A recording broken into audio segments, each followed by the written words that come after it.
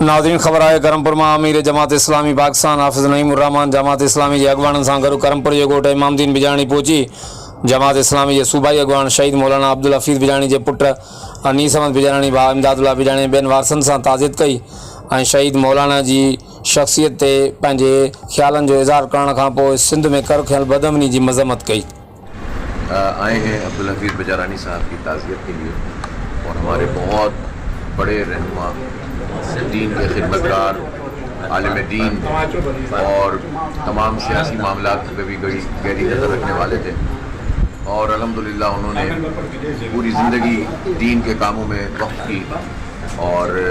इस जमात इस्लामी के वो देरीना रुकन थे और इस वक्त भी जिम्मेदारियों पर फाइज से मरकज़ी मजलिस से आमला और शूरा के रुकन भी रहे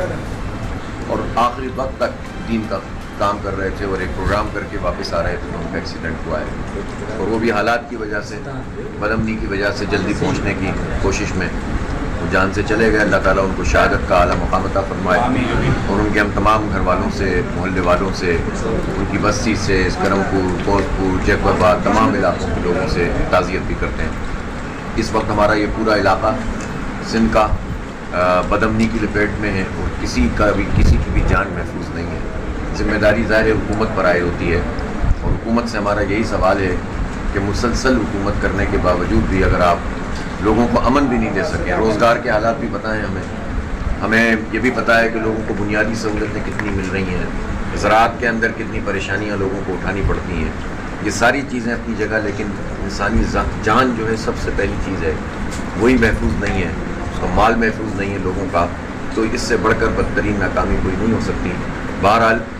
अमन कायम होना चाहिए और इस सिलसिले में जो भी इक़दाम हो सकते हैं वो करने चाहिए ताकि लोगों को अमन मिले और इंसाफ मिले और बुनियादी सहूलत मिले। बहुत शुक्रिया। तंहिंखां पोइ अमीर जमात इस्लामी पाकिस्तान हाफ़िज़ नईमुर्रहमान वरी काफ़िले जी सूरत में कंदकोट एहतिजाजी धरणे में शिरकत करण लाइ रवानो थी वियो।